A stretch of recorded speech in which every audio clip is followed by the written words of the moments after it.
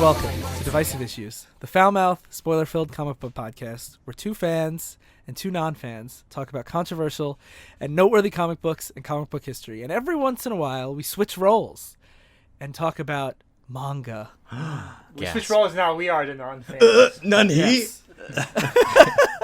So even though Sly and I have read some manga. Oh, also, I'm Ryan. Oh yeah, I'm Sly. Oh yeah, I'm Phil. Oh yeah, I'm Darryl. And even though Sly and I have read some manga, I feel like Phil and Darryl are the more well-versed in the anime manga world. Is that fair to say? Mm-hmm. I'll accept that. Also, if you've listened to our show, I'm almost always willing to defend manga to the death, where I'm like, fuck comics. Yeah, but even, when it's even manga, super dumb manga stuff, Phil's like, this is great. Yeah. And Sly's like, how do you tell the difference between this dumb stuff and comic dumb stuff? I'm on Sly's side on that.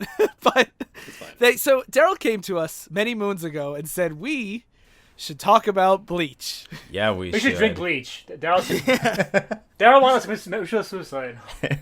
In a way, it's suicide of the mind. I don't know anything about Bleach. That's what I want to mention. This was I know it's a major thing back in the day. This was with One Piece and Naruto. It was around that era. They were called the big three of 2000s. It was One Piece, Naruto, and Bleach.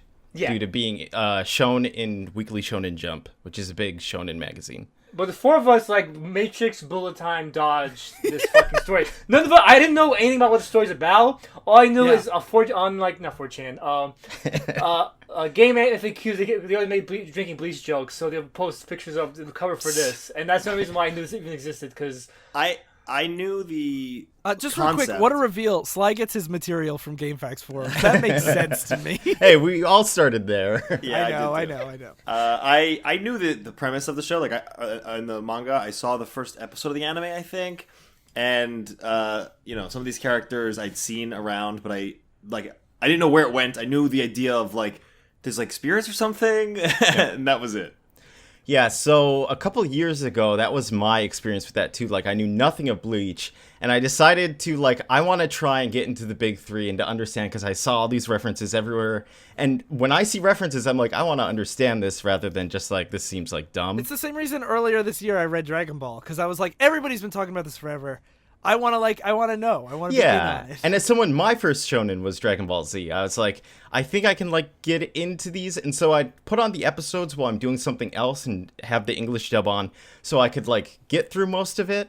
And I did that with Naruto up until some point in Shippuden. And I'm like, this has just been so much Naruto. I gotta take a break. Instead, I jumped over to Bleach, and boy, what a series. After I experienced it, I'm like, I need to talk to someone else about this, because there's so many things that happen. And I'm like, what? Or why would you do this? Or it's just an interesting study into how to ruin your own shonen. And that's why I want to cover it. A lot of shonen could say the same thing, where you're why do you get so shitty? No, you don't know. I don't know. I don't know. You don't know. I don't know. I don't think any shonen that's gone for me on for more than a year or two has not eventually gone downhill over time. So I didn't when we were gonna do Bleach, I was expecting to like it at the beginning and then progressively like it less and less. Mm-hmm. Yeah. I have an important question, Darryl. You read the whole series. Yes, I did. Is there a reason why it's called Bleach? No, well, not in the series itself. Apparently, according to Tite Kubo, who's the author of Bleach, and remember that in manga, the person that writes the narrative is also the person that draws. It's all just done usually by one person. Yes. Sometimes later on, you have an assistant that helps do copy work for you. But basically, initially, because it deals with these people called Soul Reapers, they're garbed in black, and they hunt spirits and stuff, evil spirits. He was initially going to name it Sniper based off the fact that they'd use guns. And then he's like, I don't want them using guns. Swords are cool. So then he's like, I'll name it Black after their clothes. And then he's like, that's too, trite. So instead he says, I'll name it White. But then that's too trite. So he said Bleach. Bleach is good. Instead of white, it's bleach. My God. Oh no, it's like the cleansing of the evils. That's what I thought. I thought mine. So it's not gonna be an awkward name drop later on where they're like, "Oh no, I used too much bleach on my clothes." No. I've been living in this world called Bleach. No, there's never a single name drop of Bleach. It's definitely a series where you read it and you're like, I don't know why this is called what it is. Man, the more you say it, and I'm looking at the first page right now, and like Bleach it's hit the point where I'm like, is this a real word? Like, I've been looking at it for so long. It is everywhere. It's worth noting that for a lot of like Japanese named like things, when they're using an English word, it's not as weird always because it's like not a native word for them. So it's like when we use like Japanese words just sound cool, but if you like they just think it sounds cool because it's American. Yeah, it'd be like naming something like Keikaku. You're like, oh, that seems cool. Yeah. This is I'm launching my new book, Bukake. Yeah. Great. I'm launching my Bukake. So the main premise. Speaking of Bleach, is like you said, Soul Reapers are going around like fighting lost souls, right? Evil, That's it's evil souls. Well, it's like most shonen. It's like one guy who's like naturally talented and is going to be better than everyone else, and he has a Soul Reaper power of like over 9,000. So he's going to be the head Soul Reaper. He's our main character. Yes. Yeah, and so just as like me on this show. Naturally, just the best. Yeah. Taichi Kubo, the author of this, since elementary school, he always wanted to be a manga artist, and he was even recognized, like, growing up for, like, his really awesome drawings. And he only did one manga before this, Zombie Powder, which ran for about 4 volumes, and then he started working on Bleach. So he's been doing Bleach, like, a long time, because Bleach started in 2001. When did it end? It was accepted by Weekly Shonen Jump. 2016 is 15 years of Bleach. Wow. That's how long Chris Claremont was on the X-Men, right? Yeah, 16, I think, for Claremont. And also, for future reference, we're going to be stuck in Bleach hell a while. Bleach is essentially 5 arcs. We're going to be covering 4 of the arcs, like the essentials. We're not going to be covering everything that happens. It's basically like, what is the story set up? What are the important fights? How does it conclude? And the one arc we're going to be skipping is my favorite, but it's also the smallest and most fillery of all the arcs, but we'll get to that when we get there. So we're starting with the first arc, which is the Shinigami Substitution arc. Okay. So Shinigami Tensei arc. Shinigami Tensei. This is so volume 1. This is our like origin story, basically. Chapter 1, Death in Strawberry. Main character's name is Strawberry. That's why it's called that. Yeah, his name's Ichigo. His name isn't Strawberry. They call him his nickname, but no one ever calls him that. Yeah. This never comes up again. It's only in this first chapter, and I think there might be like one more name drop within the later like volume, but that's it. For some reason, it's called like Death in Strawberry. This will come back around, but like there's no one ever calls him like a berry head. I think for part of it, is because it's in black and white, and they really want to stress that this guy's like a redhead. Yeah. They say it like a lot that he's got orange hair. He's a redhead. His nickname's Strawberry. Like, I think he's just really emphasizing that. I don't know. That's how I took it. That's probably why I was originally there, but I view that as whenever a manga starts out, there's always like growing pains where the writer realizes what he's learning. Like this kind of has a transition period when you're reading it. From kind of sitcom-esque to more straight shonen. I feel. Yeah. And it's like fine. I feel like it was fine because like Ichigo, like it means strawberry in Japanese, so it's like it's. I know, but they never. But even in the translation, they don't call him Strawberry again. Like they call him Ichigo. Like we're gonna probably call him Ichigo during the narration. Yeah. So it opens up with this high school kid. They gets introduced, Ichigo Strawberry Kurosaki, 15 years old. And it's like doing like an intro type of panel thing where they're like hair orange, eyes brown, occupation high school student, special skill. And they're not showing you his skill yet, but he's beating up all of these like bullies. Like they look the traditional like high school like punk type characters. And they're like, oh my god, he's dropped little Toshi. He dropped this guy. And he's beating up all these people for some reason we don't know yet. And he's like yelling at them saying, look what you destroyed. And they're like, what, an offering for some dead kid? And someone had left like a bottle with flowers in it by like presumably where some kid died. Yeah. And so as he keeps beating them up, it says again like his information, and finally it says special skill, he can see ghosts. And he says, you apologize to her. And we see some dead little girl with like blood all over her. They obviously don't see it, but they run away in fear of him. And he apologizes to her after and says, like, hey, sorry that they did this to you. So I just have a quick question. Why do they, like, scream in horror if they don't see her? I think that's a continuity error. I think they did see her, and they forgot that spoiler alert, later on it's revealed that no one else sees ghosts besides this guy. Well, they do mention that, like, some people see them as, like Like you might see like blurry a blur or like a shade. So maybe they just get like a I think it's small- that Ichigo's scary and he seems kind of crazy to them. That's what I thought. I know, but like, I guess because he beat the shit out of them, though. But it seems weird that he just yells out, "You better apologize to her," and they all start screaming at that point. Like it's kind of a weird, like Yeah. It is a little weird. It is. Yeah. Kubo's gonna have a lot of this where it's like some things it's like, why did you do this? Like you could have done this so much better. Like Yeah, it is weird. And then he tells the girl, "I'll bring flowers soon." And then so we get this like narration where he's And like, she says like, "Thank you, I can rest peacefully now." "Yep." And we see that he was born with the ability to see ghosts.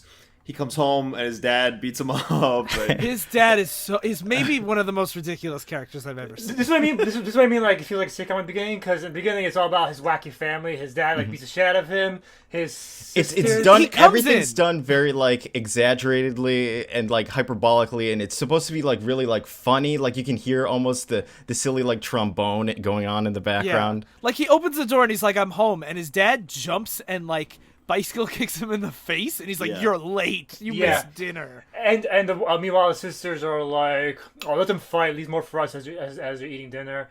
And even like the ghost stuff is treated like casually. Like there's a ghost on his back, and he's like, "Oh, I got a new friend haunting me." Like it's even casual that he has his ghost power. yeah. The main thing that we get is that his dad is super jealous that he could see ghosts. He wish he could.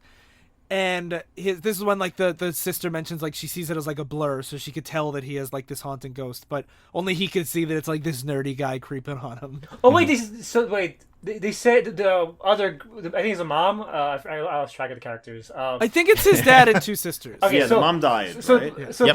the black haired sister who's like looks kind KA-RIN. of like Karen. She looks kind of like moody girl. Yeah. She just doesn't believe in ghosts, even though she can see them. Yeah. She says, "I'm in permanent denial. If I refuse to believe in them, it's like they don't exist." Karen's like the edgy kind of like almost goth girl of the series. Like Yeah. she's very like cold on the outside, but she is very like warm on the inside. And Yuzu, the other sister, is just basically like she's kind of airheaded. She's very sweet. She takes after the mom more. Oh yeah, the mom. So she's not the mom because mom's dead, and they have a picture Yeah. of her on the wall. Yeah. I really like the idea of in this story that immediately establishes like, hey, there's ghosts and stuff, that like the goth edgy girl is like the one who doesn't believe in the supernatural when everybody else does. Like that's a fun inversion. Yeah. Yeah. And they say so if they see him as blurs, I think they say because the dad can't see him at all. Yeah. Yeah. So I think it's normally it's based on like your spirit energy or something. Yeah. Right. Like some people are just able to see them better than others, and he has really, for some reason, he was born with a very strong perception of it, so he Yeah. can see them perfectly. He has a lot of Reiatsu, you might say, which we're gonna see used a lot in this because that's power level. Yeah, those punks So of the graveyard had those bullies must have had some slight psychic spirit energy. Yeah. And so they work like the family like owns like a clinic or something, right? Yeah, they And- help people that like come in. Like there's another guy that gets like hurt later on by a hollow or by an evil spirit, and like Ichigo sees and he's like, "This is only done by an evil spirit," so that's how he like runs out and goes fight. So he goes up to his room and he's like, "Man, fuck my family." And then he sees some young girl in like all dressed in all black in like traditional like samurai garb with a big sword, and he's Yeah. like, "What the hell?" And she's ignoring him, and he like kicks her in the face and is like, "Get out of my room, burglar!" And How's she- that for? She says to herself, "It's close," and he kicks her and says, "How's that for close, jerk off?" Which I laughed out loud at how unexpected that was. And like Ryan said before, like it's very exaggerated. Like when they kick people, they kick them like square in the chest or in the face, and they go flying. Like Yeah. it's like very over the top. And speaking of which, the dad comes in and kicks Ichigo, saying, "Stop jumping around out here!" And Ichigo kicks his dad, saying, "How can I be quiet when I'm subduing intruders? Look at this intruder!" And the dad's like, "I don't see anything." Like And it's then- intentionally like hyperbolic, like for the effect. Like no one's getting like seriously injured or anything. Yeah. And then we see so obviously this intruder is actually a ghost, and she goes, "Normal people can't see me. I'm a soul reaper." And then he starts talking to her and is like, what are you talking about? And she says, "I'm from this place called Soul Society." And while she's expositing, we get these cuts of this like horrible monster that's hunting spirit energy. And I think it's like it kills the ghost girl we saw before. yes. So she says she's a Soul Reaper. She's from Soul Society, and she's here to vanquish evil spirits. And he's like, "Yeah, I don't fucking believe you." And then what she does is she uses a Keto, which is a spell on him to like hold him down. We're gonna be seeing Keto a lot because that's their like Spirit to magic. do stuff. Yeah, there's gonna be a lot of like, I'm just gonna kill you with a Keto, and you're like, because it never gets explained how Keto exactly works. This magic, It's like fucking Jujutsu and fucking Naruto. It's level like 1 to 99, but the thing is, Naruto, they at least trying to like exposit like the basis of it, like some of Naruto's like abilities and stuff, where it's like this is how it works, like by combining these two types She of just magic says, together. "This is Keto, the Demon Way, a high-level spell only a Soul Reaper can cast." Yep, and then she says Sai, and it binds his arms, and that's gonna be happening. It's like, oh, you're blind forever now. That's my spell on you, and you're like, okay. And she also says that she has lived 10 of his lives. Yes. And, you know, I would kill an insolent fool like you, but the provisional spirit law forbids unauthorized executions. And then she goes to look. What it looks like she's gonna stab him. She stabs the spirit, the nerdy older guy who was haunting him before. And he goes, "No, I don't want to go to hell." And she's like, "You're not going to hell. You're going to Soul Society to rest." And he disappears. And she's like, "Yeah, okay." So I sent one of my jobs is to send souls to perform the soul funeral or It's the like passing on. Yeah, they call it passing on. What we call it passing on. And she's like, "Okay." Again, there's a lot of exposition in the beginning, so just like, here's the rules of this world. There's two types of spirits. There's like normal spirits, like ghosts that we normally see. And then there's hollows, which are evil spirits, and they attack living and dead indiscriminately and eat their souls. And I really like this because as she's expositing this, it gets to like this like cutesy art style where it's like like a a bunny bunny. that's happy and then an angry bunny.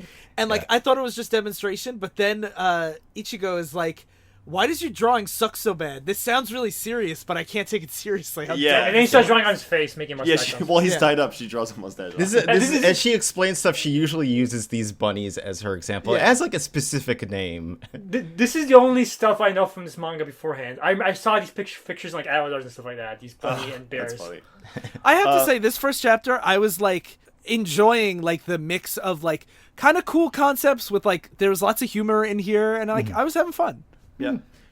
She says that the bunnies, they're trying to get the regular spirits into the Soul Society by like purifying them, and then she needs to vaporize the hollows. Like that's her goal. That's a Shinigami, which is a Soul Reaper's goal. Yep. And so she's like, "I came here to fight him, but I can't sense him for some reason." And then there's a howl in the distance, and Ichigo's like, "What the hell was that?" And she says, I don't know what you're talking about. I can't hear it. And then she's in her mind is like, how did he hear? Then she eventually does hear it, and is like, how did he hear it before me? And then crashing through the downstairs, we hear a noise. They run downstairs. Well, they don't run downstairs. KA-RIN like drags herself in. She's been wounded by a hollow, and she's like, "Ichigo, you got to get out of here. I'm so glad you're safe." They have like Yuzu, our other sister, and our father. And then Ichigo like does the classic thing where he's bound behind the back with the spell, and he starts trying to break it, and she's like, "If you do it, your soul's gonna," and then he just snaps it and then gets up, and she's like, "That's impossible. How did he break the first spell, Keto?" Yeah. By his own power? Yeah. What is he? And so now we have two things that show that he's something different, because he's able to hear the howl before even the Soul Reaper can, and he's able to break these spells. He runs downstairs, and there's some giant monster, basically. I think the hollow designs are really cool. They're like these tall, lanky guys, and they have big holes where their hearts should be. Yeah. And they have like these creepy white masks on. They kind of look like if you like a lot of like Japanese spirit stuff can look like very different than like Western spirit stuff, where they use a lot of like just white and obviously it's a white and black manga, but like the black very much accentuates different parts of the body, and they use like they have markings on them, and their eyes are generally like very like big but empty. Yep. Yeah. It looks pretty. They look pretty cool. I was gonna say it kind of reminds me like Legend of Zelda villains or like. Oh yeah. Yeah, that's a good like point. the Wind Waker redeads. Yes, Specifically. exactly. Yep. Yeah. And this monster has Yuzu in his hand, and Ichigo grabs something like a baseball bat. A baseball bat. He goes to hit it, but it just swats him away. I like his inner narration here because he's like, "I'm not afraid of that thing. Why am I trembling? I've seen tons of ghosts. This is just another one." He's like trying to psych himself up because he's like, this is the first time he's ever been really scared of a spirit. Yeah. And when he goes to try to fight with the bat, he's obviously losing, and then it's about to smash him, and then what's her name? Rukia. Rukia runs in or flies through the air, slicing off its arm.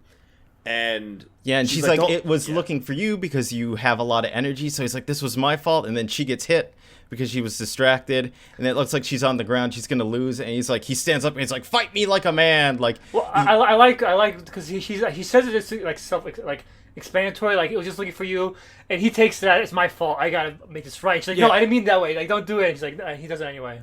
Yeah, he's very much the shonen character who's like, I am never gonna back down ever. Yep. And I'm gonna fight everything head on, and fuck it, if I can't do it, I'm gonna do it anyway.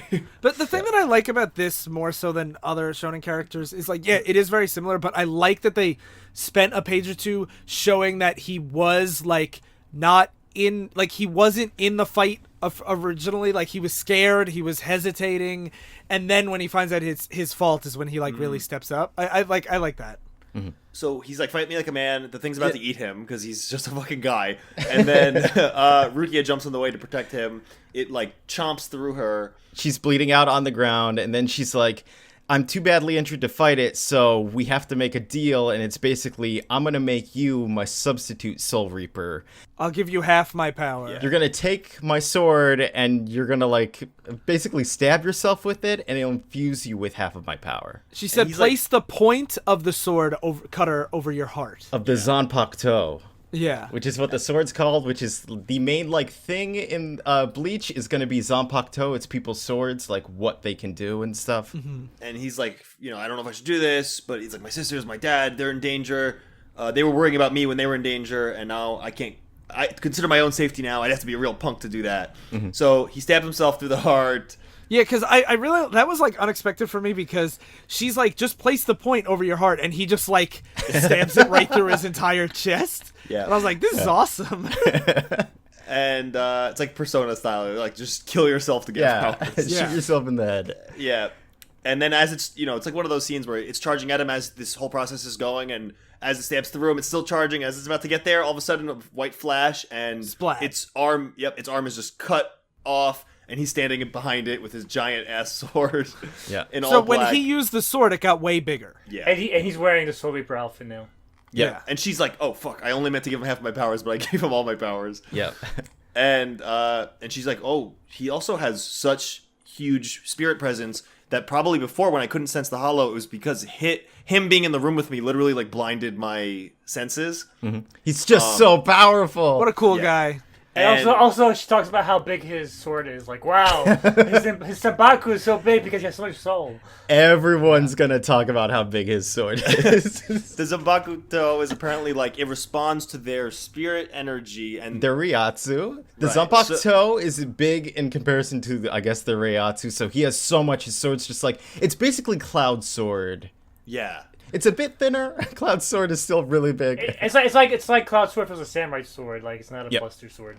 I know we mentioned this for Phil earlier, but also fuck you, Darryl. When you're like, Superman's too strong, he's so boring, I hate him. And then this guy's like, I'm so the best immediately, and you're like, Bleach is great. Hey, It's all right, hard. first Well, up, anime is literally like, I'm going to keep doing this until I win, and somehow Superman's broken, when he actually has strategy and stuff. first off, I never said Bleach was great. Bleach has a lot of cool parts in it. It has a lot of bad You read parts. all of it, so that means you have to like. Secondly, Ichigo is pretty terrible. He is not interesting at all, Okay, and it'll get fair. worse as the series goes on because there's moments where like he could be interesting and he just is not. This is him at his most interesting right now. Okay, I stand corrected. So, do you like Naruto more than Ichigo? Yes.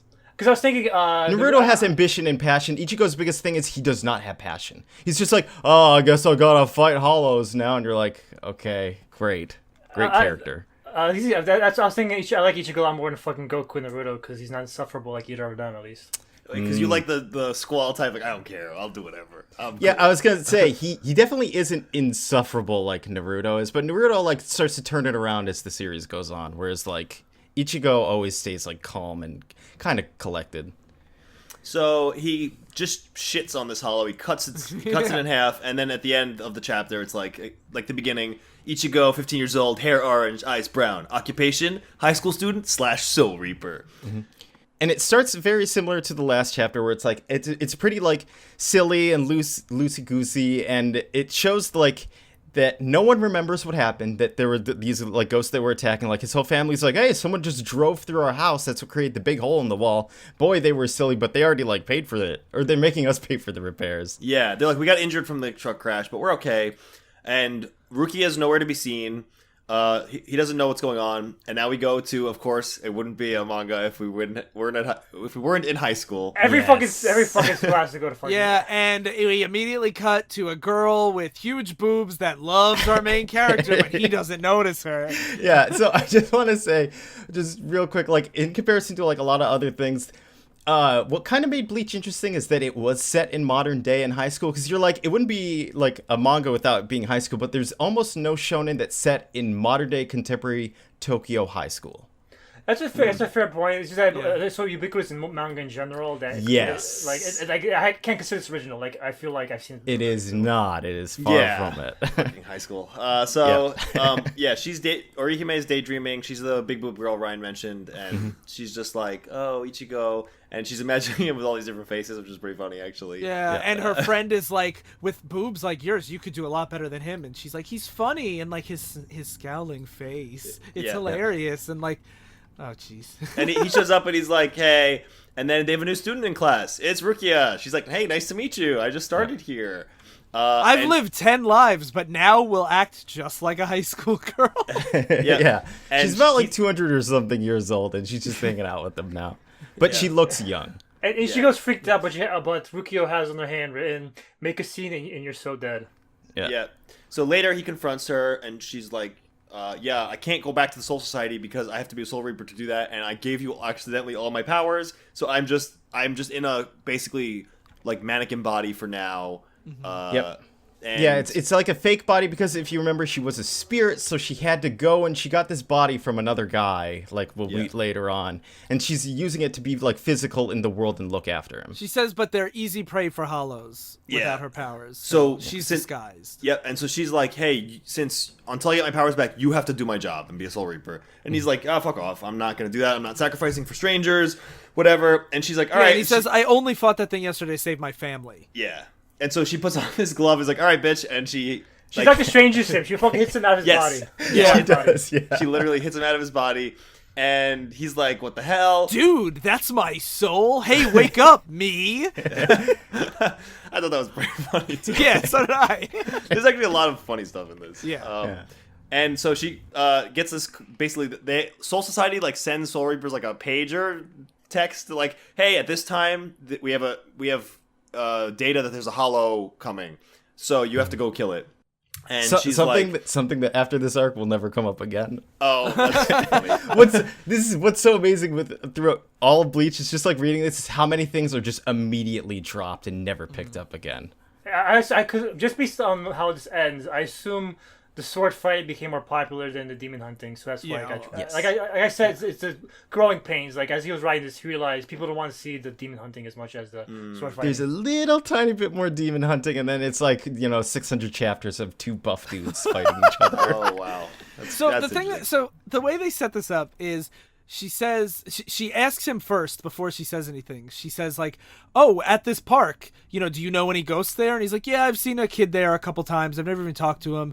And she's like, well, in 20 minutes, this park is going to be attacked by a hollow. It's going to attack that child that you like kind of know, to kind of make it a little bit more personal. And I like that it's not like, oh, this is like your best friend spirit. Like it's just a little personal to push him into action, but it doesn't feel as like forced or ham-fisted as if it was like the girl from the beginning, Yes. I also like because he's like, I gotta save him because I see him right in front of me, and he's like, if he was in front of you, you can't just save him just because he's in front of you. Like you say, you're not gonna save everyone. Like you have to be consistent, like you fucker. I really liked that too. Yeah. I thought this was a really cool way of like to force someone into action, where like the philosophical argument of if you're gonna be saving people, it has to be like this is your duty now. You can't just be like, oh, if I happen to be in the area or if it's inconvenient for me. It's like the whole like trolley problem thing where it's like if you're doing it, does that make it worse? What if you have to be consistent with that. That's also why I like Ishigo. I'm assuming this gets dropped like everything else seems to get dropped in this story. I liked how it's like him. He doesn't want to be a hero. He doesn't want to be a dick, but he doesn't want to be a hero. And Rukia was like kind of pushing him into it. So at least from these 288 pages, I thought he was an interesting character. This is so nice because this is going the way I wanted it to go so far. We're like, this is cool. That it's like, you know, I have to be a hero now with these powers. Like, I don't have a choice. This is the right thing to do. And it would have been so much easier for they kill his family right away, so he has to like go get, you know. That's a really good point. It's like they don't kill his family, and like it's not like really his own self-sacrifice. She just says like, if you're gonna be like this, don't save this kid. But if you step up now, what's stopping you from stepping up later? And he's like, I guess you're right. And he's like, fine, I'll do it, and I owe you a debt. I'm not a scumbag. So I'll do this for now. I'm not going to enjoy it. And then so that sets up him as becoming a Soul Reaper and the hero of the story. He accepts it. I know I owe you a large debt, and I'm not a total scumbag, so I'll help you out. So the next chapter opens up with Orihime, the doting classmate, getting hit by a car. When Ichigo runs into her... Before that, there's the full splash page that introduces the chapter of him he's holding a pen, but it looks like a cigarette, and he has a patch that says "Violate the Dead," and he looks like Johnny Rotten, and it's no heartwarming stories, and there's like a zombie bunny in the O. I'm glad you brought this up because this is clearly what the author of this manga, Kubo, he likes doing, is he likes drawing people in fashionable wear in cool poses. Because he does this every single, like, at the beginning of almost, like, every chapter from, like, here on out, and in between, like, each of the pages and stuff. And, like, you can tell he puts a lot of time and effort into this, whereas as it goes on, he'll start putting less and less effort into what's actually happening in Bleach, except these cool, like, This is also the other only thing that I know from the series beforehand. I was surprised to see them wearing black robes, because every time I've seen these characters, I've seen them in garb like this. Like, I've never seen them wearing the black robes. So like, they will always be in black robes, almost. But it's funny, like when I've seen them in these type of drawings. Like, And like, he does look really cool. But coming off of the like, I'll be a hero, and then like the girl that we just met getting unexpectedly hit by a car, I'm like, what is this like edgelord that just showed up? Yeah, it's fashion. It's not edgelord, even though it's like skull as a zipper. So, and then it cuts to him wearing a t-shirt that says "Speaking is not communication." Definitely the same as "Violate the Dead." Yeah, I thought that was really strange too. Yeah. So there's a bit of him and Rukia talking. She's reading romance novels, and she's telling him like, you got to hit hollows in the head to kill them. They run into Orihime, and she has like bruises all over herself, and she's like, yeah, I got run over a lot. Ha. I'm really clumsy, I guess. There's one thing where she shows that she was out shopping and she got leeks, and that's where leek spin comes from, is the anime. She's just spinning the leek, showing That's it to her? Yeah, that's her. That's her. I know, it's always so fucking weird. It's like when I saw that machine code thing from 52 the first time. Like, Yeah, me too. I'm glad I did that to you now, machine code.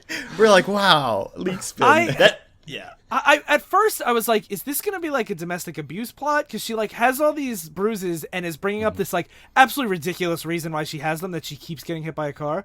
But the chapter opened with her getting hit by a car, so I was like, I guess that's just the thing that happens. I didn't even question it. I thought she's getting hit by cars. Like, I was like, Ironically, it is a little domestic abusey, actually. Yeah, but like it's weird. It's different, yeah. So Rukia is looking at one of the bruises, and she's like, She doesn't say anything, but we know that she thinks something about it.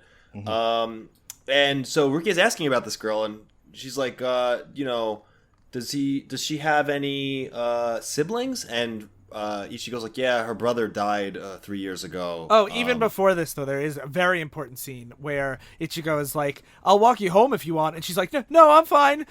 See you tomorrow. And then she's like, I'm so stupid. He could have been more persistent, though. Yeah. And so apparently her brother died in a car accident 3 years ago. They died while trying to transfer him to a different hospital. And Rukia doesn't say anything. She's like, So back at home, Ichigo gets home, and Yuzu's looking for her pajamas. And then Rukia's in his room in Yuzu's pajamas, and is like, hey, we have a hollow coming. And he's like, why the fuck are you in my house? Yeah. And she's like, I live here now in your closet, essentially. And so as the hollow's about to bust through the floor, Doctor Stranges him again. A big hand comes through the bed. This effect is really cool. Like, this huge demon hand breaks through the pillow, and then it pulls itself out of it. Yeah. I think it's awesome. And I think he looks also really, like we said before, I think so far, the ones we've seen, the hollow designs are pretty cool. Yeah. This guy looks a little more like human. He looks like he has like a skull jaw. There's like hair going down to like his neck, around his head. But he still has the big hole where his heart should be. Yeah.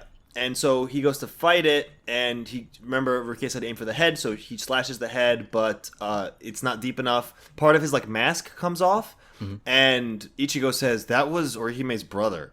And Rukia's like, one of the reasons we go for the head is so you don't learn their human identity, because all hollows were once living people. Yeah, she said, so you should always try to one-shot these guys. Yeah, and then we see Orihime at her house. The teddy bear she has on her shelf gets a cut on its face. Yep, and then Ichigo's like, it's the next chapter. We're going to be blowing through chapters pretty quickly because these are all linked together. It's like one arc. So he's like, I thought they're monsters. You kill them, like, I gotta kill them. And so, like, she's like, you do have to kill them. They are, like, kind of monsters now. They turn into monsters. And that shows Orihime talking to her friend, the friend, like, from before. And she's like, why didn't you just, like, throw him to the ground and stuff if you really like him so much? And then she's like, you can't be that mean. I just, like, she starts imagining them together. And this is... Darryl, why would you brush over this dialogue? Actually, you could just shove those magnificent boobs in his face and let him attack you. Then it's all his fault. Yeah. Cool. That her boobs will be talked about almost throughout the whole series. And then someone with bigger boobs shows up, and then both of their boobs get talked about throughout the whole series. And the thing is, like, this arc, not to get too far ahead of myself, but I actually was very, like, pleasantly surprised at how much her actual character and, like, history played into the plot, and she wasn't just this, like, doting, you know, like, friend from school character. Yeah. But then there's these moments like this, and I'm like, why you do that, though? Yeah. I mean, it's not good. Yeah, but she has this imaginary scene that goes on for like 3 pages of her like seeing Ichigo in the park. It's all like fantastical. This is what I thought was the funniest page. Yes. She like loses. She's talking about how she's airheaded and like the reason why she gets hit by cars because she's not paying attention while she's walking on the street. Like she's like absent-minded all the time. She's like a sly. So yeah, exactly. That's why I identify the scene. So she's imagining herself fucking running with Ichigo, and she's like so airhead. She distracts herself from her own fantasy and imagines a black decathlon athlete running past him.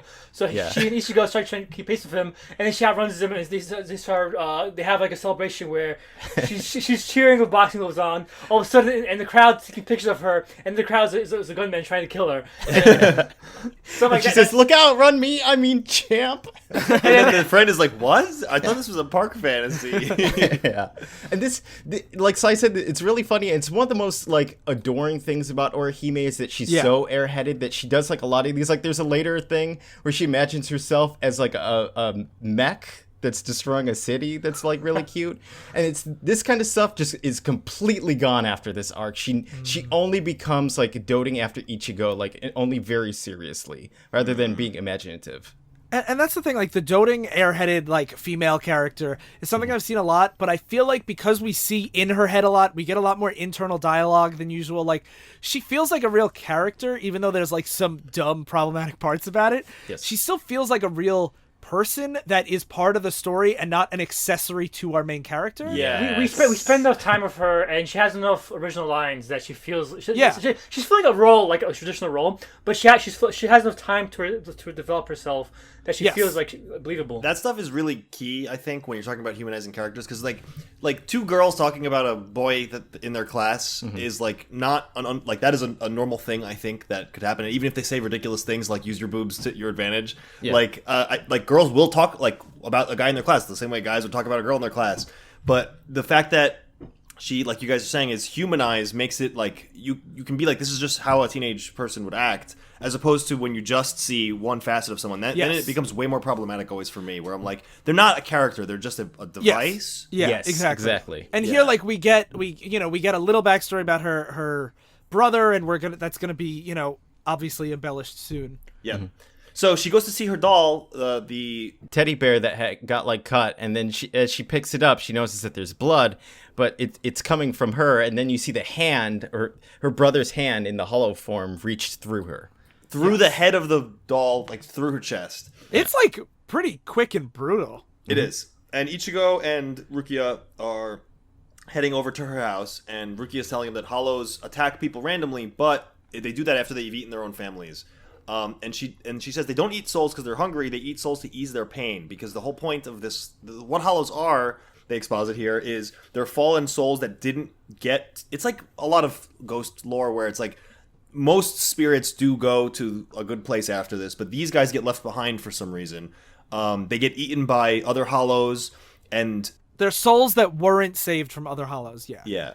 And so they lose their hearts and become hollows themselves, and they try to eat other souls to fill that hole in their heart, and they stalk the people they loved most in life. So, she says, you've heard of widows who die after their husbands die. It's actually the husband like eating their soul as a hollow. Yeah, it's just like me, just stalking the people I love and just eating to fill the hole in my heart. Yeah.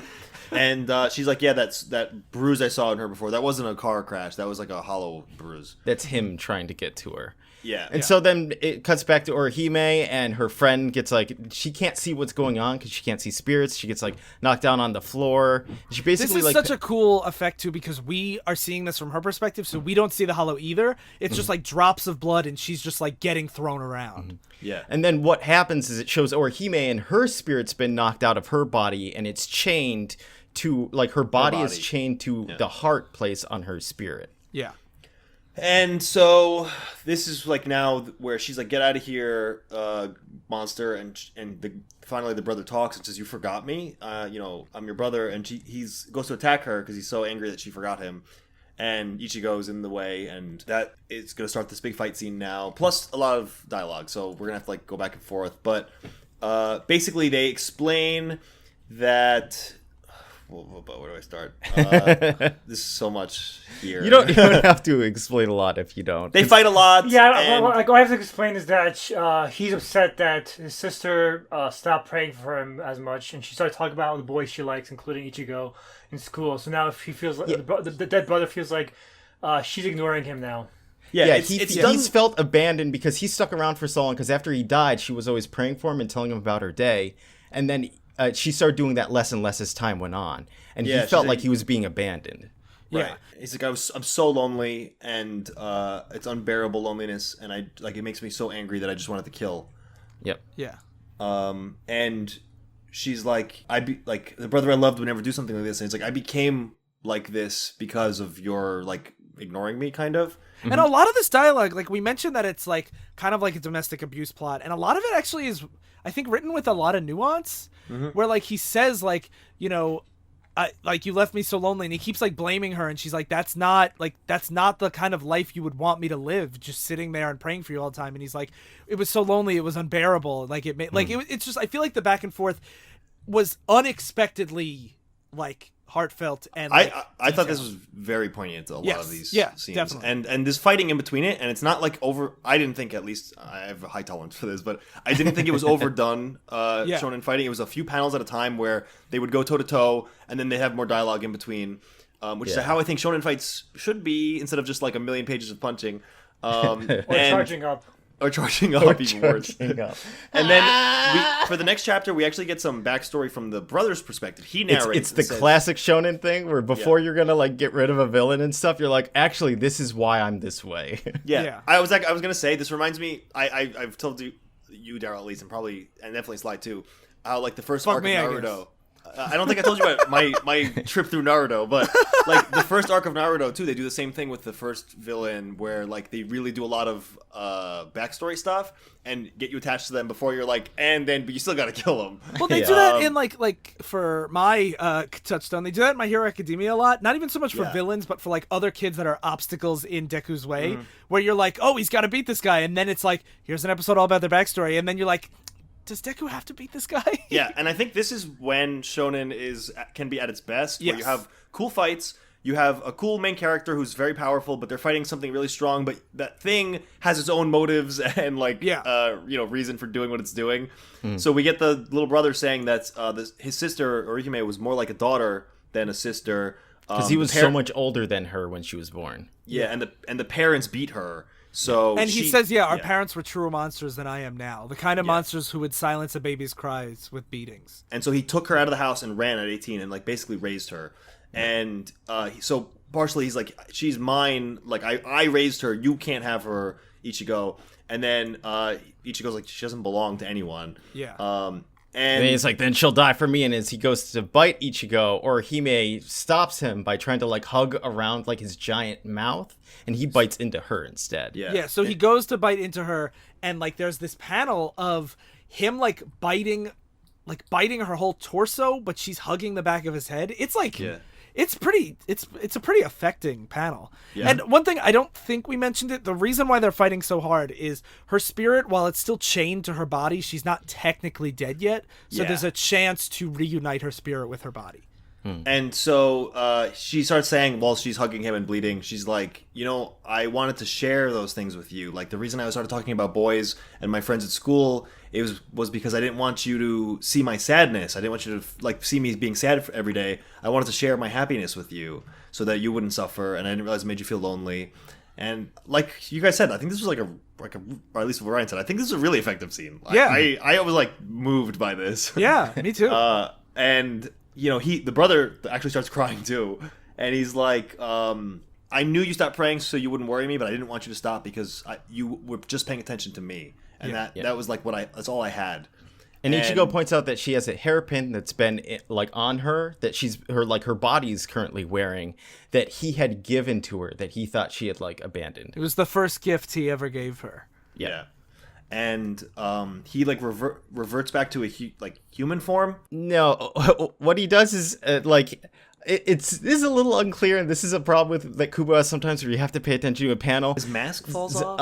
Ichigo is carrying his Zanpakuto, his big sword, on his shoulder, and the blade's pointing backwards, and basically he like headbutts the sword to kill himself because he couldn't stand what he had done. But as Phil said, first his mask falls off and breaks. So we see, I do really like the way, even though it isn't super clear what's happening, I do like the way it's like, there are certain panels that are really cool where his mask falls off and we never see his full face. We like just see like just his his chin, and he's grabbing the sword, and like he's saying like, that's why now in this moment of sanity I want to pass on. And that's when he, I guess commits seppuku. Yeah. Yeah. And so Rukia is like, I like how Darryl killing assumes him. it was a headbutt, like he headbutts himself. I just saw blood coming from his head. Yeah. And Rukia says, you're freeing him of sin so he can enter Soul Society. Like, you're cleansing him. And then the chapter, like, again, really poignant stuff, ends with Orihime in her head saying, something I always wanted to tell you, to her brother. I actually never liked that hairpin that I've been wearing because we had a fight that day, and when you went to work, they didn't say anything to each other, and then he died in the car accident. So she says, why did it have to be that day? And I really, I felt particularly moved by that scene in particular because the idea of having an object of someone's that you hate because it reminds you of like a bad memory, but it's still all you have of them is like a really, I think, powerful thing. Like, she wears it because it's from him, but all she can probably think of when she sees it is him dying that day. Yeah. And she says, what I always wanted to tell you that day was have a nice day before he went. Yeah, because they didn't say anything to each other. Yeah, and I find that especially powerful too, because I think about that all the time, where it's like, if this was the last thing we ever did together, and I have to like try to always remind myself, like, that's not really how it works. Like, it's not like that's the legacy forever, Yeah. But like, there's always that in your head where she's like, why did it have to be that day, and like that's. Scene's good. She's more than just this big boob ditz. Yeah, I literally was like very moved. I was like almost tearing up from this scene. I was like, this is really good. And when she says "Have a nice day," he's like looking at her as he like fades away and crying, whooshes to the heaven. Yeah. And then fucking they just erase her memories of it. And I'm like, Rukia's like, because no one can remember about hollows and stuff. Boop. And I know it ends with a kind of a funny, like, oh, whatever, I don't know what happened, haha. But this made me extra sad, because I hate, in fiction, it upsets me so much when people, like, don't get to remember, like, this kind of stuff, even though it's hard. She doesn't remember getting to say goodbye to her brother. Now, you can do this as a way that is part of it. Like, that's what this could have been, like, Ichigo realizing, like, what an important and tough job we have to do. But it's not. It cuts to her being like, a Yakuza gunman totally came in and blasted a huge hole in my wall. Isn't that crazy? And they're like, oh, you. Yeah. Yeah. There's a lot of anime stuff where they like make people forget stuff, and it like always like makes me really sad, because I'm like, Later on they end up eschewing with the whole making people forget stuff and whatnot. And also there are people that still like remember after they try and make them forget. So it's not like it's 100% race, but I'm trying to remember because I think she does remember that he saved. Like she confronts him about this later on where she's like, so she does remember at the very end of this arc when she talks. Okay. So maybe it's like they try it, but it's not. It does suck though that it ends like a very meaningful thing on like, you got to forget everything that happened and you can't reconcile with your brother. And like Ryan said, if they were like, this is part of the sadness is that, we have to make her forget seeing her brother. Yeah. But the fact that they're just like, nah, it's funny. I'm like, it's not funny. Yeah. Again, Kubo does a weird thing where I think anytime he gets too anxious about like things getting too serious or too sad, he always throws in humor. Because he says himself when he gets bored of drawing, he'll just make things funny because it entertains him when he's drawing. That's something that, like, when I read Full Metal Alchemist, there was, and I love Full Metal Alchemist, I think it's, like, so good. But, like, there are parts where, like, I would read, like, the writer notes and stuff at the end of chapters, and they'd be like, yeah, I just threw in this, like, little panda bear thing every time it got too serious. Like, I feel like that's what the Marvel movies do sometimes. Where Yes. Get to have they'll have a character say, oh, shut up, dickwad, just to... I think there's a lot of people that almost, like, need that levity. Yeah. I think that there's an argument to be made about things being too grimdark all the time. But like the thing is, this scene wasn't like grim dark. It was like very powerful, and it had closure and was like a positive ending. I assume the writer was better than maybe he ends up revealing himself to be, so I assumed it'll come back later on. And I thought it was a funny note to end it on, but yeah, he does come back. Like again, she does remember. But I know. anyway, I was surprised when you said that because. I was thinking maybe this was a bad scene, but I think the fact that it does come back, I think it's fine. That ended on a comedic note. Yeah. So we're gonna get our first Darryl time skip because I've curated all the chapters that I'm showing these guys and I put them into a PDF for them. And in order to like link these things rather than just jumping into the next thing, I have to explain what's happening. And we're gonna skip Chad's introduction, Chad Yasuda, and I just need to talk about him real quick. He is half Mexican, half Japanese, and he is like a major minority character that's introduced in this. And unlike someone like, let's say, in Naruto, where the only black guy is Killer Bee the rapper who uses swords with his armpits. Wait, what? Yeah. How did I miss that? Chad's never played for like really just like dumb laughs or anything. He's a big, strong, silent guy.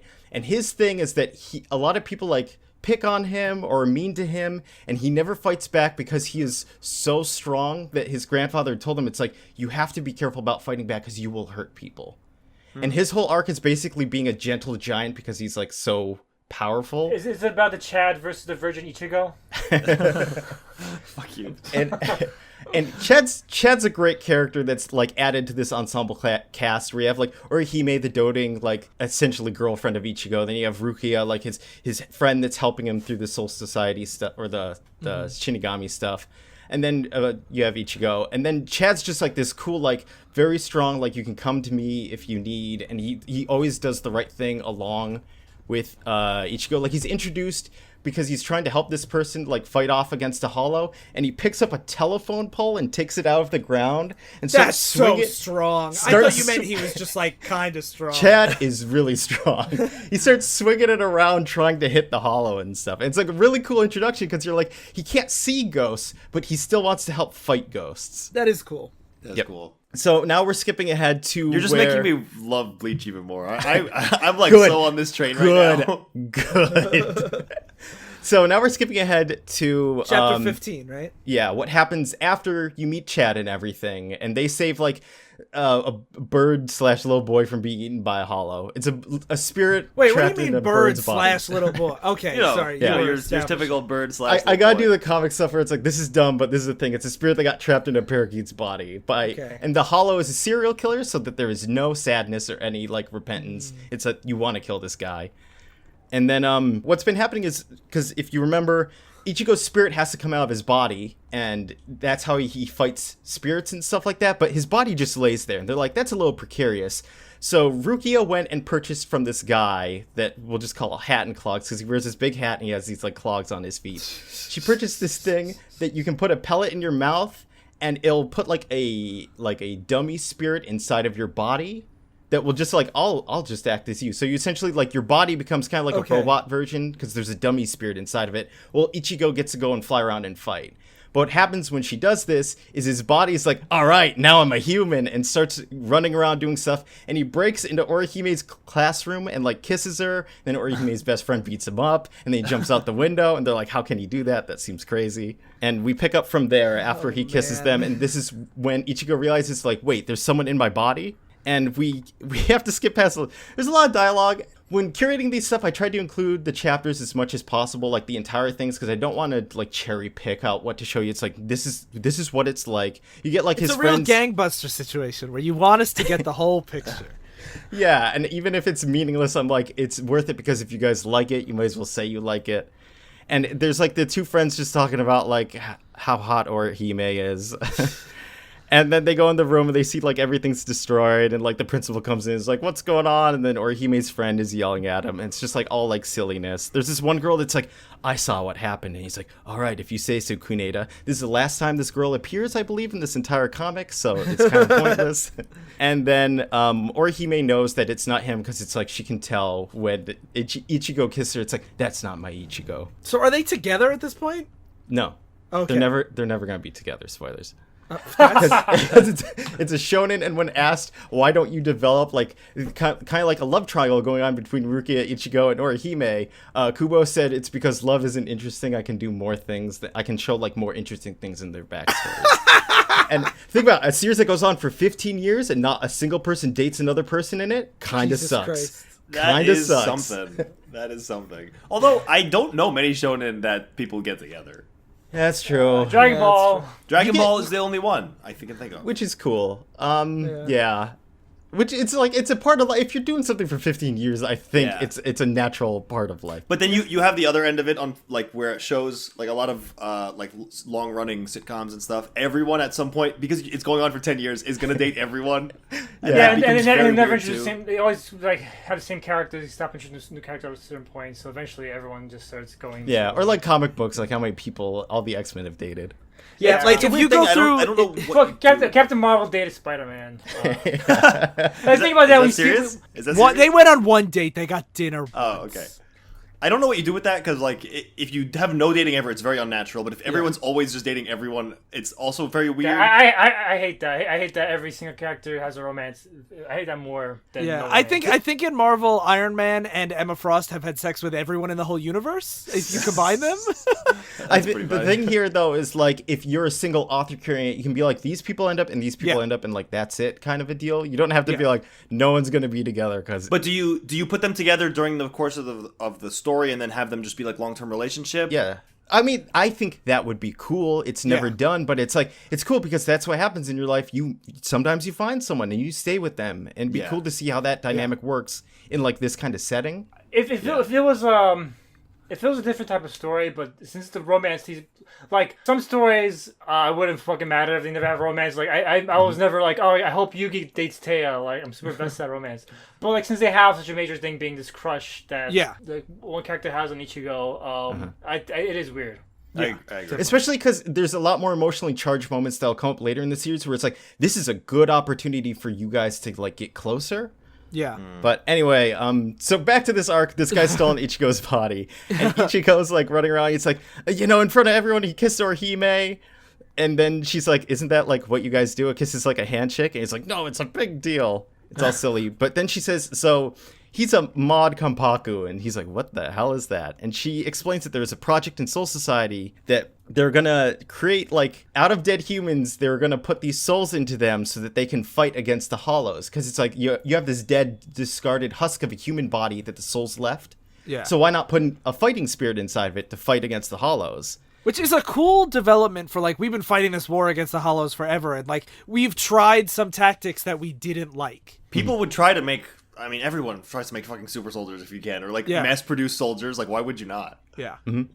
But then they were like, they were defective because No, not that they were defected. They thought it was wrong to use dead bodies like that. And a lot of times those spirits would have these like unexpected abilities that would make them harder to control. Like the one that took over Ichigo's body has extra strength legs, so he could jump real high. I'm glad you brought that up because that will never be brought up again. That's one of those where it's like, don't talk about the underpod type because that word never comes up again. It's so dumb.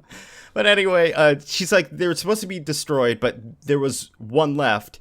And basically, that's who stole your body. It's this fighting spirit that's run away. And now Ichigo's like, so this guy was created by the Soul Society, and they're essentially kind of like living spirits. It's kind of like AI type of deal, where it's artificial life that they're now having to destroy. So they got to catch him and pretty much kill him. And he asks the question, so now he's condemned just for being what they designed him to be.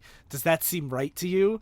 And she just says, it's not for me to judge. And I'm like, this is still good. This book is still good. I know. I was like, this is so interesting. And then the spirit is watching these 3 kids play like Pokemon or something. And they're like, oh, my character sucks. They're like, just delete it, whatever. We made him, but he sucks, so why not just get a new one? And he's like, fucking kids.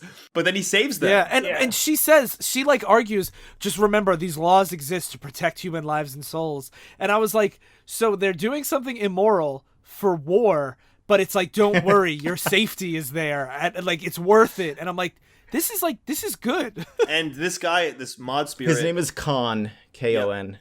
Even though Khan hates these kids for doing what they're doing, he saves their lives from a hollow. And then even when they're fighting this hollow, Ichigo and then Khan, it's like body is about to fall off the building, and he moves it out of the way so it doesn't crush some ants.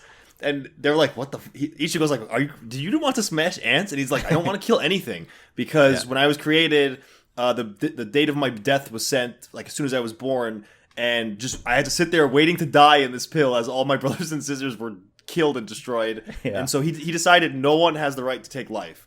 Everyone who exists should have the right to live and die freely. And I was like, this guy is fucking awesome. Like, this is great.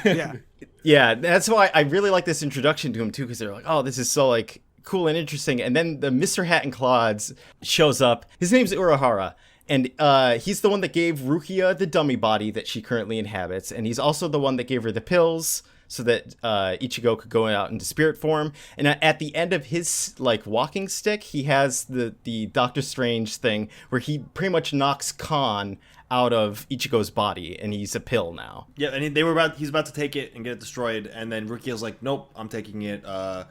Whatever, you guys are black market dealers anyway, so I'm taking this. And they save him. Yeah, and Urahara is like, I'm not going to take the fall for you, for what's about to happen. She's like, that's fine, trouble's where I live. Yeah. Really cool introduction to this guy. Because I was like, that's another villain they have to kill. And I'm like, this guy's really interesting. Yeah. Okay, so there's 2 more things that happen between now and the end of the arc. We're going to be covering the end of the arc next. One of them that was another like meaningful, because it keeps bouncing between like, here's like informative stuff about Soul Society and the way that like everything operates within like this world of like hunting hollows and stuff, and then it bounces between like really like heartfelt moments, because the next thing that happens is Ichigo has to hunt the hollow that killed his mother. And so it's like a really like tense situation where it's like, it's an anglerfish that it uses, the tip of its angler thing is it changes into, it acts as a little girl to lure people in, and then it eats them. And so it changes the angler, like the lure, into his mother, so Ichigo can't fight it. And so it's a really like interesting idea. And Ichigo and Rukia have this really touching moment where he can't like talk to her about it because, you know, he's all like, I don't know how to like talk about my emotions or my feelings, and he's just gonna keep it inside and don't bother me about it. And Rukia says like, you know, this is what friends do, like, when you're ready to come and talk to me about it, I'm here for you. And it's this really, like, sweet moment.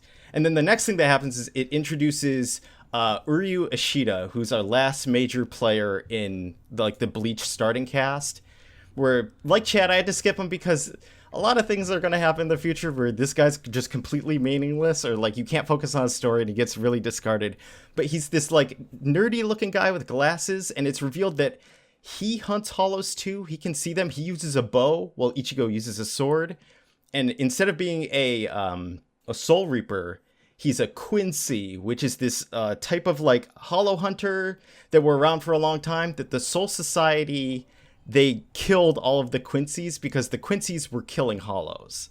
And it may seem like, don't they have something in common? But the way Soul Society works is you purify the hollows, so the souls come back to Soul Society. And then from Soul Society, they're reborn as people. So it's like a cycle. And what the Quincy's do is they hate hollows so much, they're like, let's fucking kill them forever. And they just eradicate their souls entirely. And so that's why they all had to be killed. So it's this cool thing of like, is it right to genocide these people that are tipping the balance? Because they don't explain why, but they say if the balance gets tipped too much, the entire, like, both worlds will crumble and be destroyed.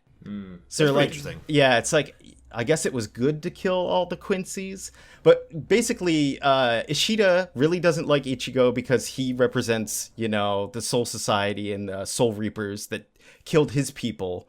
Well, Ishida's the last one of the Quincy's left. But they end up fighting like hollows together, and then they band together, and now he's like the anti-hero friend. The Vegeta. Yeah, basically. And so then we get into the final arc, and we see 2 Soul Reapers. So we're skipping ahead to Chapter 54. 54. Yep. Yeah.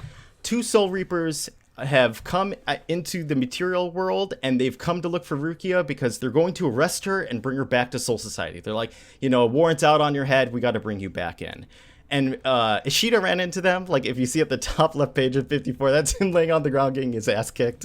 I was wondering who this guy was. He shows up for like one panel at the end, and he's just like, "I suck. Ichigo has to do this." So this is gonna be where he's gonna be a lot. He's gonna be on the ground with his ass kicked. So is he just Yamcha? He's fucking he's like Krillin, more like Krillin probably. No, yeah, Chad is Yamcha. Okay. Chad wins, I think, one more fight in this series, and then he almost loses every fight he enters. He's there to be like, look how strong the enemies are. Poor Chad. It makes him more like Yamcha just stopped fighting. It makes him more like the Tien. That's true. Yeah, Chad does keep fighting. Uryu at least has like some really cool abilities that show up later, so I guess like Krillin's a better analog. But he fought this one guy. There's the 2 Soul Reapers that have come to get Rukia back is Renji, who's her childhood friend. He wears like this visor, has these tattoos on his face that go into his eyebrows. And then the other one is her older brother, Byakuya, who has like these like beads in his hair, like these really long beads. And he's like he's the silent, cool type. And he just stands back, and he's a captain in Soul Society. There's only like 13 captains. So he's one of like the top 13 strongest guys in Soul Society. And basically Ichigo, he sees Ishida on the ground beat up, and he shows up with his giant sword, his Zanpakuto, and they're like, look at this, look how ridiculously big this is. Like, you can't even like condense it or... Yeah, I thought that was really interesting. I thought at the beginning it's just like the more powerful you are, the bigger your sword is, but it actually is like, it's like a physical manifestation of your energy, and some of them, they can control it even though they're really strong and make it into other things, other kinds of swords and whips and whatever. But he is just, since he's just like one of those like brash like spirits, it's just he can't stop it from just getting giant. We also said that it looks kind of like a samurai version of Buster Sword. He changed the art style. Now it just looks like a straight up Buster Sword now. Yeah, it does. It did get a little bit bigger. It did get bigger. Yeah. Oh, we do also get another fashion pose where he's wearing a jersey that has a little tag that says optimism. Nice. Yep. And then it cuts real quick to Khan, who's laying in bed. He's in Ichigo's body since Ichigo's in soul form, and he's just wondering about Urahara, the hat and clogs guy that is the black market dealer behind this. And he's like, that guy's creepy. Who is he up to? And he holds up this like lion looking. It's like a teddy bear lion. So Khan, this is the body he inhabits when he's not in Ichigo's body. Oh my he runs around as this little teddy bear thing. And Phil was like, Khan's great. Khan's terrible. Khan is this thing for 99% of the series, and past this arc, he is a pervert, and that's it. Really? All he keeps. That's so weird. He wants to bang Rukia. He flirts on Ichigo's underage sisters. He comments about everyone's breasts in every scene that they're in. He just becomes real terrible, and then that's it. So the funny thing is, I know you guys hate that pervert from My Hero Academia. Yeah. Yeah, I was just thinking that. Khan's the only character I know from Bleach, then, because I knew this character. So he's a fan favorite, then he has to be, because I know him. I don't know anyone else in this book. He's featured a lot. It's sort of like how you see like a lot of the cutesy, whatever, like the mascot characters, I think they're called, of like shows are. Yeah. But I imagine that means he's a fan favorite. So again, the fan favorite is the pervert. Yeah. Well, I mean, we're not saying the fans are great. They're far from I just find it funny that I like it clear, like the fans are terrible because every character we hate, it turns out the fans love. Yeah. I remember this as a small aside, I got into a big gun control argument with this guy the other day, and he was like, "Oh, you guys like anime? Typical of the far left." And I wanted to be like, "Is it though? Yeah. Really? I don't know about that. Anime unites the left and the right. Yeah. But that's just another example of how, like, you see, like, a really cool idea that Kubo introduces, and then he twists it or, like, just makes it a joke where you're like, why would you do this? Like, Khan started as, like, a pacifist character is interesting, and he just becomes a pervert that does nothing. Anyway, Cool. Ichigo's The opposite of war is love, right? Yeah, That's true. It's like the ending of it's like the ending of Secrets. Was it Her Majesty's Secret Service? What's it called? Yeah. The Mark Millar comic, where at the end, so everyone could be killing each other, everyone fucked each other. Yeah, maybe it's a commentary on pacifists. They're all just perverts. It's like the free love hippies, you know, like no war, just fuck. That's what it is. This Deep. is actually great. Sorry, I like it now. I hope Phil loves this, and then I'll just get madder and madder. Ichigo's fighting Renji, the guy with the visor on his head and the tattoos, and Renji's like pretty much just a punk. That's like his MO. Is he's just like, what is that huge sword just for show, huh? And he's just attacking him, and Ichigo's like, wow, this guy's really powerful because he's fighting his first like actual Shinigami, another Soul Reaper. And he's like, when I kill you, the power is gonna go back to Rukia, and then we can bring her back to society. So This is when the fight started to get a little to me because they're like, it's just like both obnoxious, pompous quips. Yep. Where he's like, a phony like you couldn't put one scratch on a real Soul Reaper, and then Ichigo like slashes him just one scratch, and he's like, "Oops, my bad. I know you were in the middle of a pompous boast, but your guard was down. I just couldn't resist. You were saying, please continue something about one scratch," and I was like, "Okay, these guys are both the same. I get it. It's fine." yeah. Yeah, and then They say, oh, and something we skipped, like he must have fought these other guys that were really strong. And Yeah, the and Menos then Renji's Grande. like, no, he couldn't have fought him. yeah, and then it was a guy that he fought with Uryu. And he says he was driven back to Hueco Mundo, which is a very important thing to bring up because Hueco Mundo is where the Hollows live, which is going to become central to one of the later arcs, is that they're going to have to go there. Yeah, that makes sense. And yeah, so as Phil was saying, they're like, what? He can look at his Zanpakuto, he can't control his powers and stuff. And it's like, what's your Zanpakuto's name? He's like, my sword's name? I don't have a name. You name yours? And he's like, yeah, I do. I thought this was cool. Yeah, and so what he does is he releases his sword. So this is, again, going from now on, all Zanpakutos can go into a release state, which is when their swords, like, you have to say your sword's name, and usually say something before that. Like, for instance, Renji goes, Howl, Zabimaru! And he turns his sword into, like, this giant, like, multi-layered, like, bladed sword. It's essentially a sword whip. It's like a It's sword Ivy whip, from fucking Soul Calibur. Yeah, Yeah. At the end, it's like a very long hook. It kind of looks like a like serrated edge teeth type thing. Yep. But then he can whip it it looks around. pretty cool. It's pretty cool. Yep. And I do love how he yells, "Howl, Zabimaru!" There stands dinner. This is what's crazy. It's like, because from here on, there's excitement to see what everyone's sword can do, because his just turns into a whip sword, but everyone else is like of some very interesting ideas of what their swords can do. That's a lot different. And so he very much like brings the sword down into Ichigo's shoulder and it drops him, and he's like, haha, you'll die here. Yeah, a lot of exposition about how swords work, and then poor Rukia is standing there like, he was never going to win this. I wish he would run away, but he's not going to. I wish he would run. She jumps into Renji. She like tries to grab his arm to hold him back from the killing blow. And he's like, stop it. And then Ichigo takes up his sword.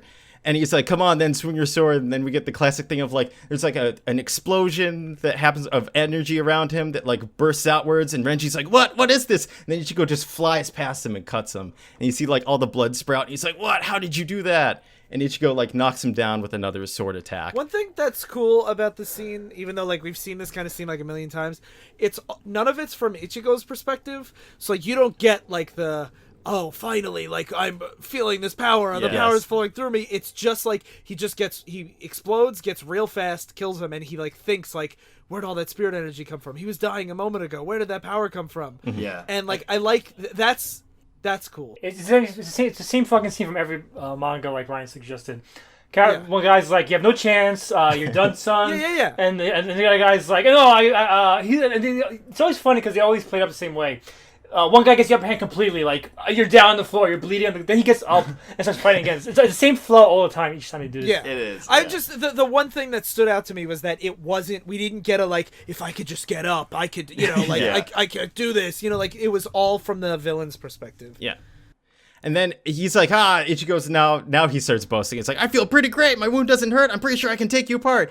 And then he goes to attack him one more time. But then, like it's happened to all of us. yeah. We've all been here. Your big sword gets just broken, completely broken. It shows a big page of like the sword, just like it looks like it was been cut in half, basically, or like at the hilt. And it's like, But not only that, he is standing it with it like in his crotch, and he's like, "My sword's so small now." Yeah, and then in the distance is it cuts to Byakuya, who's holding this sword with just two fingers. And he's like, what? And he just like drops the sword, and then he pulls out his sword, and then he just like teleports next to him. And Ichigo's Nothing like, personnel. yep, Yeah. I didn't even see him. And then just blood starts spraying out of Ichigo, and he drops to the ground, dying. Yeah. So it is nothing personnel. It's also this whole entire series. They kept talking about how slow Ichigo's too slow. Like even the spirits say, "You're too slow, bro." So like I'm guessing it's gonna be like fucking eventually Dragon Ball Z fights where he came and no one can see him fighting anymore. Yeah. And this guy is just like standing over him as he's falling, and he's like, "You're slow, even to fall." Yeah. So Ichigo We drops. also didn't mention it, but the 13, what you said, those 13 captains. Yes. That's also like a cliche. Like, oh, you have to conquer these 13 bosses. Yeah. Yeah. But it's yeah, a cool cliche. always the four generals, the Council of Eight, the whatever. 7 evil ex-boyfriends. But then you're like, what are their powers? What can they do? It's one of those things that every fucking shonen has, but I always am like, I wonder like how they are different. They all have a special move, right? Yeah. They all have. I want to see what their special move is, and in this, I guess, is gonna be what their swords are, maybe. Yes. Or whatever. This is gonna piss off Darryl, but this is when I started getting into this fucking story. This Here? Yeah, this fucking fight scene. good. It's a pretty no, cool no, fight. no, I think no. it's Because this is supposed to be good. Because you're like pretty much Ichigo's won every fight that he's been in, and what happens here is he loses and he can't he doesn't get back up Yeah. and fight Byakuya. He's done. He's done on He the ground loses so dying. bad, Yeah, he's about to die until Rukia is like. Well, he keeps he's grabbing onto Byakuya's garb, and he's like, "Come on, I can still fight," like the real tough guy attitude. And then Rukia kicks Ichigo's hand away, and she's like, "Don't touch him," because she's trying to save his life. She's like, "Don't touch my brother. Just lay down there and enjoy the last fleeting moments of your life." It's the whole I didn't, get out of here. I don't want you anyway. Yeah, I hate you. Throws rocks at a Yeah, dog. so she's like, brother, he's not even worth killing. Let's go back to Soul Society. Fuck this guy. Don't know your place. Yeah. And when he kicks the hand away, he's like, "You must not want that hand." And it's a close up of the hand. I thought he was about to get his hand chopped off. Yeah. I was was. like, "Yeah, let's do this." And he doesn't. I think he was going to until he was. Yeah, he was. Rukia. No, I mean I thought the writer was about. Oh, to do yeah. Oh, yeah. But Yeah. the reason why I said because this scene is extremely standard for fucking anime. Yeah. That's why it's funny when this stops being original. At this point, now it's completely standard shonen. All the original stuff from the spirits and stuff, it's all gone. All the community, Rukia's gone apparently. Yeah, so what happens is they take Rukia and they're like, "All right, we're going to arrest her." She says, "Move 1 inch from there, try coming after me, Ichigo, and I will never forgive you." When she turns around to look at him, she obviously has not a mean expression. She has a pained expression. Yeah, please. tears in her eyes. She's like, "Please don't come after me." Yep, think of happier times. And then they leave through the gate that leads to the spirit world. And he just lays there and he's like, "I can't talk, I can't move, I was spared again." And he just screams, and that's how the chapter ends. It's like rain's falling down on him and he's bleeding there. Yeah. Yep. And I did like that he lost here. I mean, it's you always have to lose to the bigger villains at first. I mean, It's a standard fucking. Now the stakes are raised. Turning point. Yeah. this guy's so fast. How could he ever be fast enough to fight him? If only he could train with a master or something. And so what happens is Mr. Hatclogs, the black market guy, finds him, and he puts him in bed. He tends to his wounds, and then He has a guy with a mustache lying in bed with him. Ichigo's bed. He has a squad or something. Yeah, he has a squad of people that work with him. Oh man, I just realized. I thought that when he wakes up in his bed, this guy's standing over him. No, he's lying in bed with him. He's embracing him, hugging him. Yeah, I didn't notice that. That's weird. Yeah, there's no reason for him really to do that. It's just for funny. I view that as the Mr. Popo to that weird side Yeah. trainer guy. So Urahara's like, he explains how, like, after Ishida got up, the guy, the glasses, the Quincy guy, he's like, only Ichigo can rescue them. I'm too weak. I gotta, like, go now. And he's gonna go train. And then the Mr. Hattenclogs tells him, it's like, hey, if you want to get stronger, I can train you if you want to go to Soul Society, but it's going to be like really intense training. We only have like 30 days to do it because Rukia is probably going to be executed in this amount of time. And so I have to train you in 10 days to do this. And then I'm going to give you 20 days to go save her. Yep. Yeah. And he says don't use it as an excuse to kill yourself by going head first. Without Like, training. you're not good enough. You already proved you aren't good enough. Yep. And part of the things that we also skipped is that Orihime will be training too, and Chad will be training too, just like Ishida will, and all four of them are now going to infiltrate Soul Society and try and get Rukia back from being executed. It's like when the whole Z Squad trains to fight Cell, but only really a few of them are real players. The rest are going to fight the scrubs, like the Cell Juniors. The cool thing here is that it's super underdog, because it's 4 people going into a place where there's 13 captains that are all like significantly stronger, because even Renji had said, like, I was strong enough to be on par with Ichigo, and Byakuya, the captain, is so far above me, I didn't even see him move when he stopped Ichigo. Like, he's still, like, peerless and unstoppable. So all 4 of them are going to go into Soul Society and try and get Rukia back, and that's where this arc ends. Yeah, I was down for this fucking cliffhanger. Like I was too. I will say, I fucking loved this whole thing we read. I was like, this is so what I wanted. I'm sad knowing that it's going to get shittier, but I enjoyed this whole thing so much that I was almost like, I wanted to not have the stuff skipped. I was like, maybe I'll just read it all. But it's just too, I don't have, like, if we want to record this podcast, I don't have the time. Yeah. There were some things where, like, I was considering going back and being like, if you want to read more, because it's like the Uryu stuff is interesting. At least them explaining that, like, they had to kill all the Quincy's because they were killing hollows and stuff, and that he uses a bow, or like it's a bow made of like magic light energy, which is kind of neat. And then this sets up what is essentially our next arc we're going to be going into, is what is widely considered the best part of Bleach, the best arc. It has a lot of interesting things going on, and it's really cool. And then we have 3 arcs left after that, and it really nosedives. As with everything, I feel like you have like we always talk about with trilogies, you have the setup, which is cool. You have the culmination of what they've done in the beginning, which is seeing it like refined and better. And then they're like, what do we do with this fucking thing? And they just go and do whatever. Yep. Fucking 15 years is a long time to write a fucking story. I agree. Yeah. So I'm glad that you guys have enjoyed the introduction, because it kind of, for me at least, when I was reading, I wasn't even like that into it until right around here, where I'm like, okay, swords that can transform into different things is cool. Like I want to be honest. One reason why I didn't say much during the early scenes is because I wasn't. It's not bad. I think it's good. It's just I wasn't that into it until this part. When it becomes more cliche. I was the I'm same the way. complete opposite. I like the early stuff a lot more. I'm still into it. I have no justification. You are right. I am wrong. I was just like, I'm like, this is good, but I wouldn't keep reading on my own. Well, he's yelling at himself. This is like.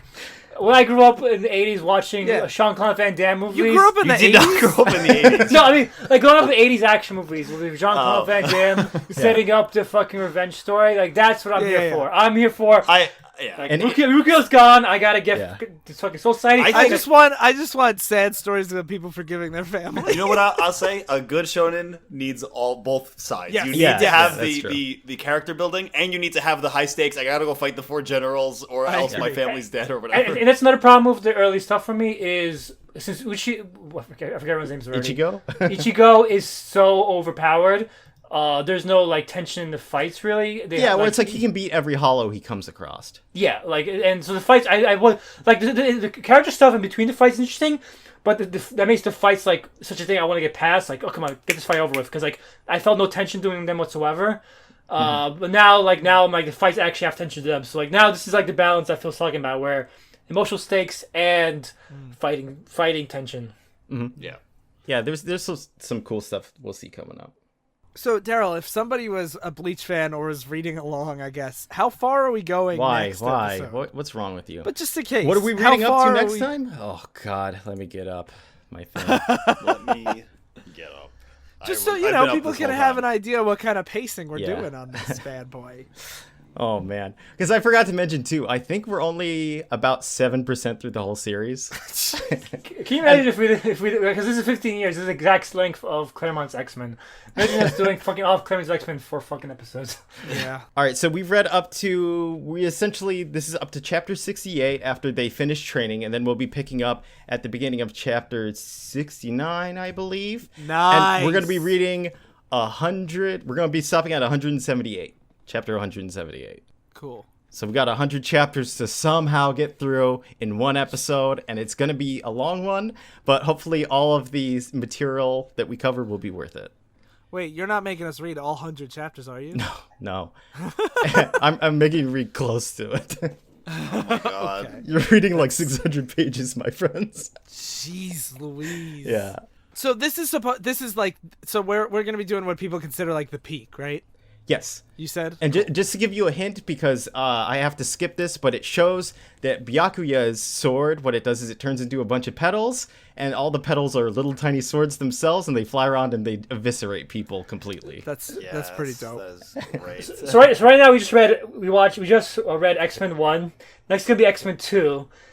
Then part 3 is going to be X-Men 3, where things get really bad. Then probably part 4 is X-Men Origins Wolverine, where you're just like, what the fuck am I watching now? It's like, you are so on point with that. But it's going to be so great because I'm anticipating you guys, when we read part 4, I want you to every time to say, why is this still going on? Why hasn't Bleach ended? Because a lot of people got to a point where they're like, just end it. Like, there's multiple points where Bleach could have ended and it didn't. And then it's just like, what if Bleachigo?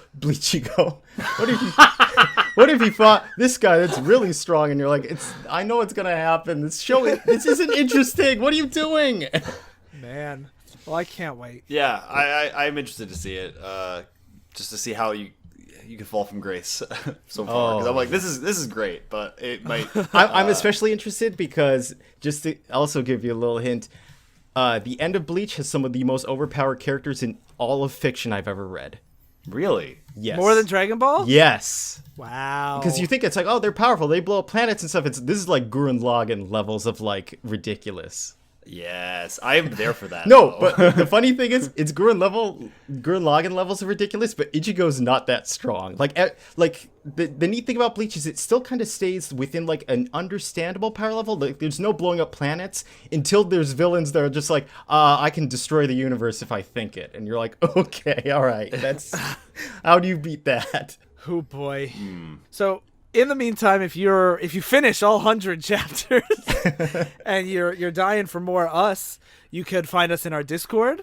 It's in the show notes. You can follow us on Twitter at Divisive Issues. I have a new music episode out on the Patreon, where you'll also find all our bonus episodes, patreon.com/Flying Machine. This month I talked about David Bowie's Black Tie White Noise and a lot of my thoughts on the current discourse around 9/11, which was weird to write about, but it's all there. And you could also read the text version on flyingmachine.network/blog, and you could find not Phil, you can find Phil up his own ass, I guess. But you could find Sly and Darryl at youtube.com/dmAtall and patreon.com/dmAtall. Is that the link? Yep. Cool. If you want early Dungeons & Dragons content. We just released our first Patreon early access episode this week, so Against the Cult of the Reptile God, for all you Yeah. D&D fans. yeah, it's about It's about a reptile cult and trying to uncover this mystery behind this village is taken over. And Can confirm, fun module. As Yep, we've Sly run ran it, and both me and Phil's characters died. Excellent. Pretty good one. And you should also check out the rest of the Flying Machine Network at flyingmachine.network. I want to mention Stranger Still specifically, which they have episodes out every Wednesday, just like us, except ours is every other Wednesday. But the same release day, so it should be fresh in their feed. But I don't know what their episode is now because we record in advance. But the last 2 episodes at the time of recording one was on can you actually nuke a hurricane? Would that work? As our dear president thought. And then one on AI. And I highly recommend both of them and all the episodes of Stranger Still. So go to flyingmachine.network, check out all the shows on the network, and read read a bunch of Bleach, I guess. No, don't. Just listen to us. Part of the reason Drink a bunch of Bleach. Part of the reason I'm doing this is because I have found nothing that like cohesively summarizes Bleach. So just like, and then it just got bad, and that was it. I'm like, I want to explain. I want to walk you through why people liked it, and then the way it got bad. And I find almost no one covered the last arc. Like I could not find anything about that other than like a Interesting. Wikipedia summary. And I'm gonna walk you through what happens in that dumb arc. So then, yeah, definitely join our Discord then and talk to us about it as these episodes come out. Because I know people have talked about Bleach in there before, and I'm like, we're doing this whole thing. Nobody tell me about it. Yep. Cool. So thank you for listening to Divisive Issues. I've been headbutting a sword until my family loves me again. I've been Bleachigo. I've been a pervert stuck in a teddy bear body.